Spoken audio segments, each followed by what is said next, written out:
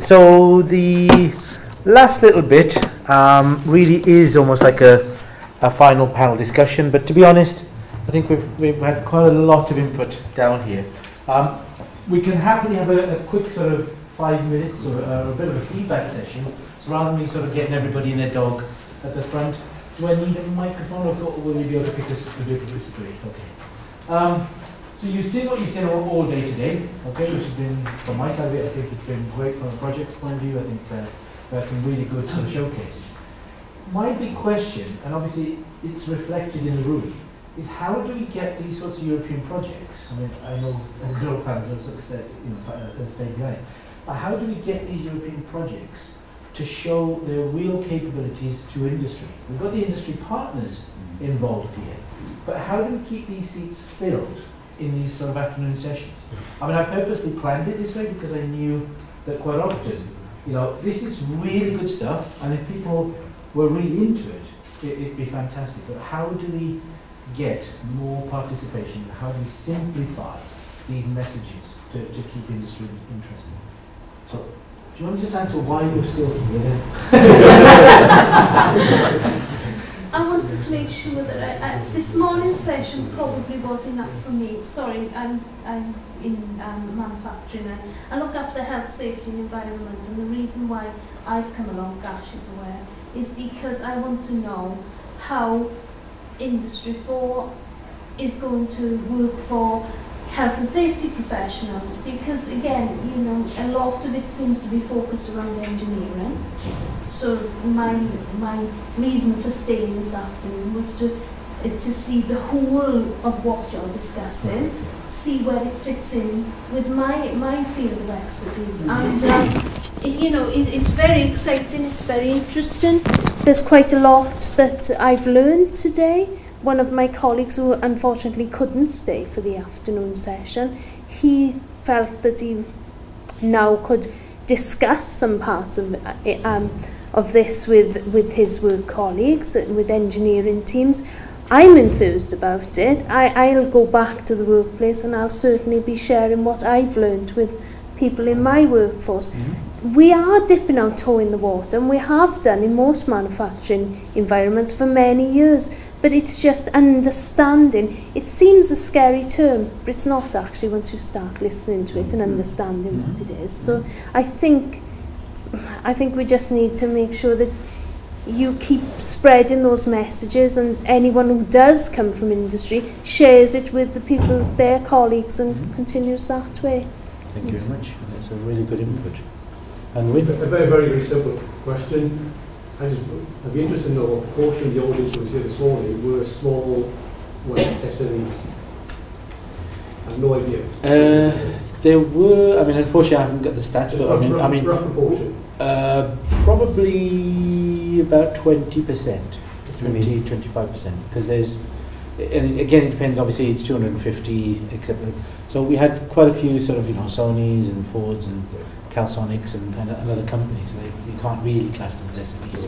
So, but you know, you're right. Of course, our good friend here as well has been sort of sitting in and listening. And it's like I said, it's just trying to find that balance, because we know this sort of stuff is really important. We know the work that we're doing is extremely valuable, but it's just getting that sort of filtration in the same way as we sort of saw in the STEM area. You've got schools and colleges that sort of playing with a sort of microbit and all the other bits and pieces, and then you've got industry playing with the sort of PLCs, controls, and you know, how do we bridge this gap? How do we then also bridge the gap to the SME marketplace? Which, of course, you know, of course we can say yes, we're doing it as the digital hub here, and of course we sort of tick the box to talk to SMEs.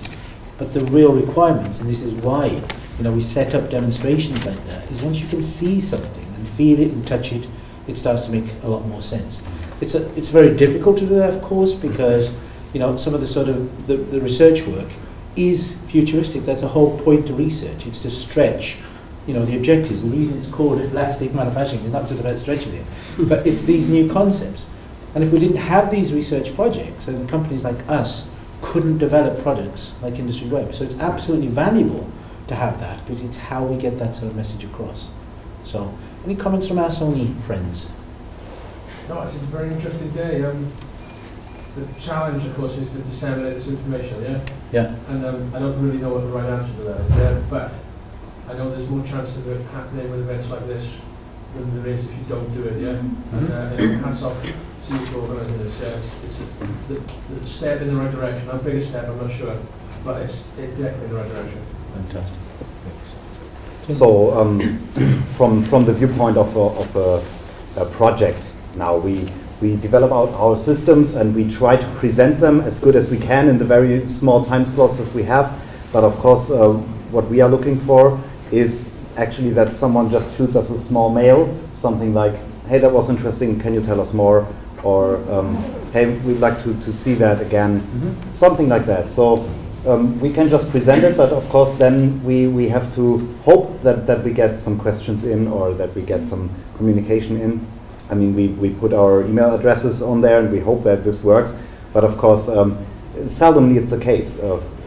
When you have lots of research projects performing here and you see lots of information and it looks all very, very far away from reality, oftentimes like people switch their minds off and think, well, okay, let's get home, let's eat something. But we are actually waiting for any kind of very short email like, hey, can we see a bit more?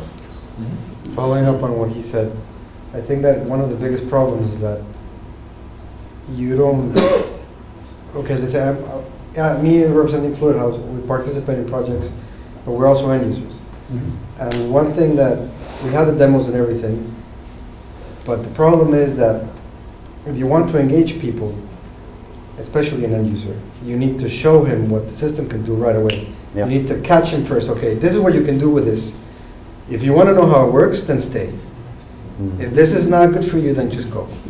And that's something that's missing a lot in these EU projects, because even participating in one, you're 2.5 years in a 3-year project and you still don't understand what the project is about. No, absolutely. So it's kind of like difficult to not abstract, but to understand what the system is supposed to do if you don't see it doing something. Absolutely.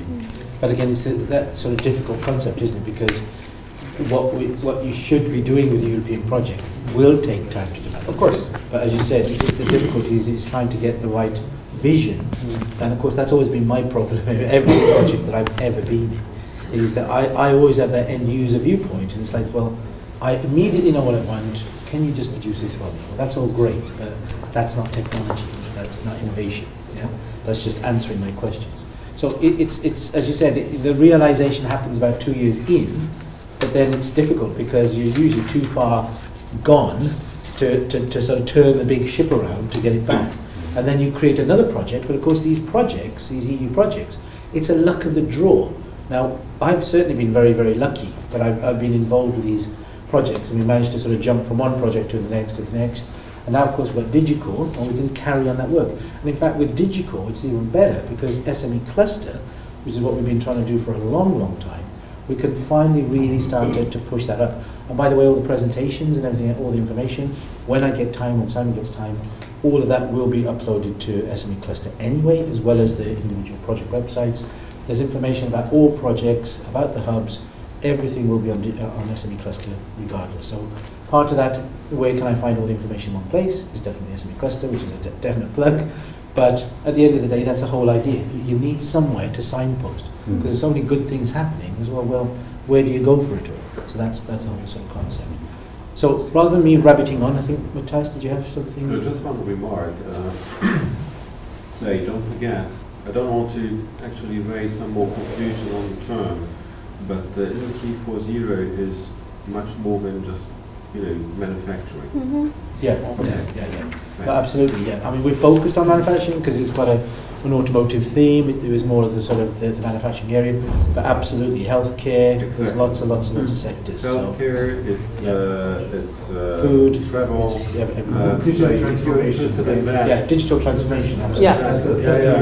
Exactly. Just avoid, the Industrial Internet Consortium is maybe also a good starting point to look at. Yeah, because they're looking at more than just manufacturing and Industry 4.0, which is quite focused. Just for those who may be... No, absolutely. Sure. And in fact, that's a fantastic place to end on. So I'd like to thank you for your patience. Thank you for sort of staying right to the bitter end. and hopefully we'll see you either at the next event or the next one here. Thanks for the great event. Thank you.